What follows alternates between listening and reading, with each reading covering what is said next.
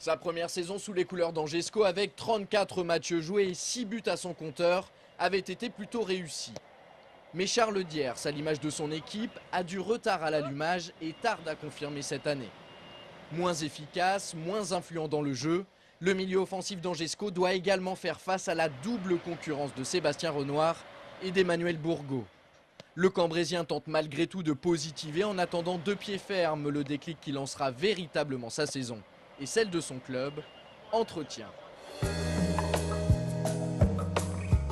ne vais pas dire que je fais un super début de saison et je ne vais pas dire que mon début de saison est catastrophique, mais après c'est dur d'être toute la saison au même niveau, on a des hauts et des bas. Je sais me remettre en question et je sais de ce dont je suis capable, donc je travaille aussi de mon côté pour rapporter le meilleur à l'équipe. C'est dur de se sentir très bien ou très en confiance si l'équipe ne l'est pas individuellement. Je pense que tout ça va forcément de pair. Quand les résultats collectifs sont bons, qu'on joue, tout tire vers le haut et inversement. Donc c'est vrai que quand peut-être on refera des matchs plus aboutis, tout ça, tout le monde dans l'équipe se sentira mieux.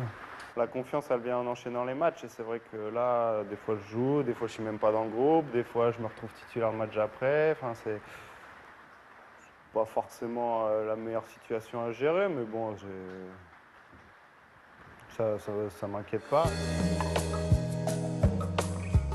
C'est vrai qu'à nos postes, comme je disais, on est jugé sur les... Des fois, on s'arrête juste aux chiffres, alors que bon, je pense que je participe pas mal défensivement, j'essaie de participer aux animations offensives et défensives, donc je ne suis pas récompensé peut-être par les buts ou les passes actuellement, mais ouais, moi je m'inquiète pas, ça va revenir. Ouais. De formation, ouais, j'ai été formé sur le côté, après on se rend compte que la vitesse est prépondérante à ce poste-là et avec l'âge, forcément, on va un peu moins vite. Et bon, j'ai été amené souvent à jouer derrière un attaquant et je sais que je m'y sens très bien aussi. Je me suis souvent retrouvé décisif à ce poste-là, ouais, parce que c'est un poste que j'aime bien, qui demande un peu plus d'intelligence dans les courses et moins de courses rapides forcément. Et c'est un poste qui me correspondrait bien aussi. Ouais.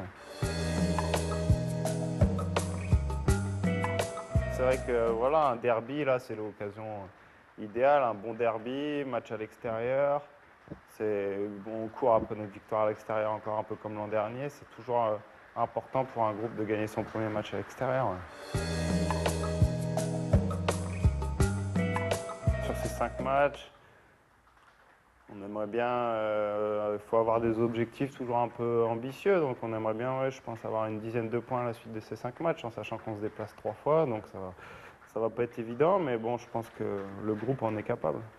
Rendez-vous à Tours dès vendredi pour, on l'espère, une première victoire à l'extérieur en championnat dans cet exercice 2009-2010. Pour l'anecdote, la saison dernière, les Angevins avaient enregistré leur premier succès hors de leur base sur la pelouse de Boulogne, grâce notamment à un Charles Diers au sommet de sa forme. Ce soir-là, il avait signé un doublé qui avait véritablement lancé sa saison.